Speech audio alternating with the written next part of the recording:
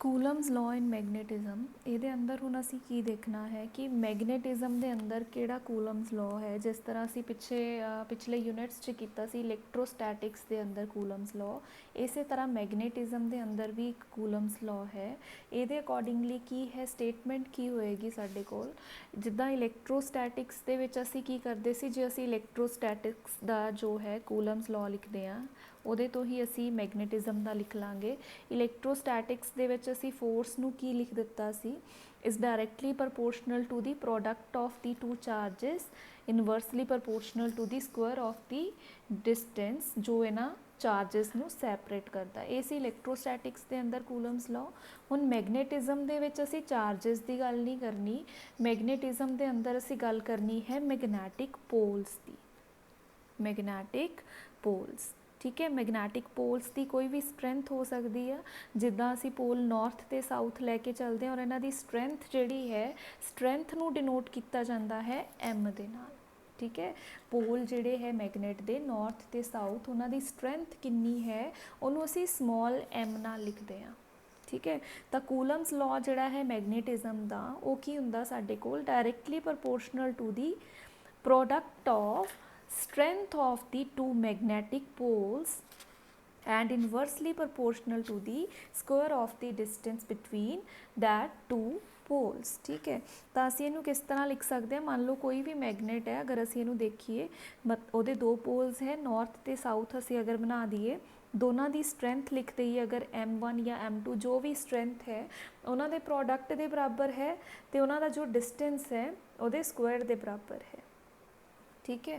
ਹੁਣ ਅਸੀਂ ਇੱਥੇ ਪ੍ਰੋਪੋਰਸ਼ਨੈਲਿਟੀ ਦਾ ਸਿੰਬਲ ਕੀ ਲਗਾ ਦਾਂਗੇ, ਪ੍ਰੋਪੋਰਸ਼ਨੈਲਿਟੀ ਦਾ ਸਿੰਬਲ ਹਟਾ ਕੇ ਕੌਨਸਟੈਂਟ ਲਗਾ ਦਾਂਗੇ k m1 m2 upon r square ਹੋ ਜਾਏਗਾ।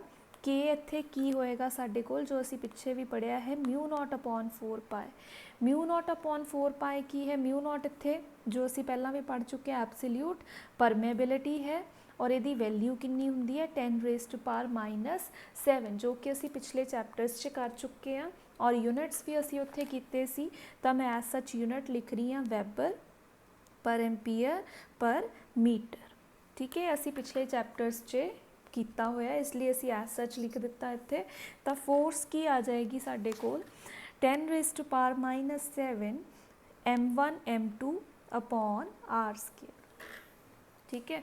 ਹੁਣ ਉਸ ਤੋਂ ਬਾਅਦ ਅਗਰ ਅਸੀਂ ਯੂਨਿਟਸ ਲਿਖਣੇ ਹੈ ਮੈਗਨੈਟਿਕ ਪੋਲ ਸਟਰੈਂਥ ਦੇ ਯੂਨਿਟਸ, ਤਾਂ ਯੂਨਿਟਸ ਅਸੀਂ ਕਿਸ ਤਰ੍ਹਾਂ ਲਿਖ ਸਕਦੇ ਹਾਂ, ਉਹਦੇ ਲਈ ਅਸੀਂ ਸਪੋਜ਼ ਕਰਦੇ ਹਾਂ r, if r is equals to 1 metre ਅਸੀਂ ਲੈ ਲਿਆ, ਠੀਕ ਹੈ। ਇੱਥੇ r ਨੂੰ ਕੀ ਲਿਖ ਦਿੱਤਾ 1 ਮੀਟਰ, ਔਰ ਜੋ m1 ਹੈ ਔਰ m2 ਪੋਲਸ ਦੀ ਸਟਰੈਂਥ ਨੂੰ ਇਕੁਅਲ ਲੈ ਲਿਆ, ਤਾਂ ਇੱਥੇ ਕੀ ਚੇਂਜਸ ਆਉਣਗੀਆਂ ਸਾਡੇ ਕੋਲ, f ਜੋ ਹੈ ਸਾਡੇ ਕੋਲ ਕਿੰਨਾ ਆ ਜਾਏਗਾ, ਇੱਥੇ f ਨੂੰ ਅਸੀਂ ਕਿੰਨਾ ਲਿਖ ਸਕਦੇ ਹਾਂ, ਇੱਥੇ ਆਏਗਾ f is equal to 10 raised to power -7 m ਜੋ ਹੈ ਇੱਕ ਪੋਲ ਦੀ ਸਟਰੈਂਥ ਹੋ ਗਈ, ਦੂਸਰੇ ਪੋਲ ਦੀ ਸਟਰੈਂਥ ਵੀ ਕਿੰਨੀ ਹੈ m ਹੈ, ਡਿਸਟੈਂਸ ਅਸੀਂ ਕਿੰਨਾ ਲੈ ਕੇ ਚੱਲੇ 1 ਮੀਟਰ, ਤਾਂ ਇੰਨਾ ਆ ਜਾਏਗਾ। ਇੱਥੇ ਵੀ ਅਸੀਂ ਕੀ ਪੁੱਟ ਕਰ ਦਾਂਗੇ, ਸਾਡੇ ਕੋਲ ਕੀ ਹੈ ਫੋਰਸ ਦੀ ਵੈਲਿਊ ਜੋ ਅਸੀਂ ਇੱਥੇ ਲਿਖ ਚੁੱਕੇ ਹਾਂ that is 10 raised to power -7, ਠੀਕ।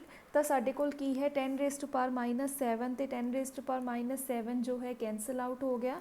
ਇੱਥੋਂ ਅਸੀਂ ਕੀ ਲਿਖ ਦਾਂਗੇ, magnetic polls the strength is equal to 1 और m का ਦੇ ਬਰਾਬਰ ਹੋ ਜਾਏਗਾ +-1 ਦੇ ਬਰਾਬਰ ਹੋ ਜਾਏਗਾ।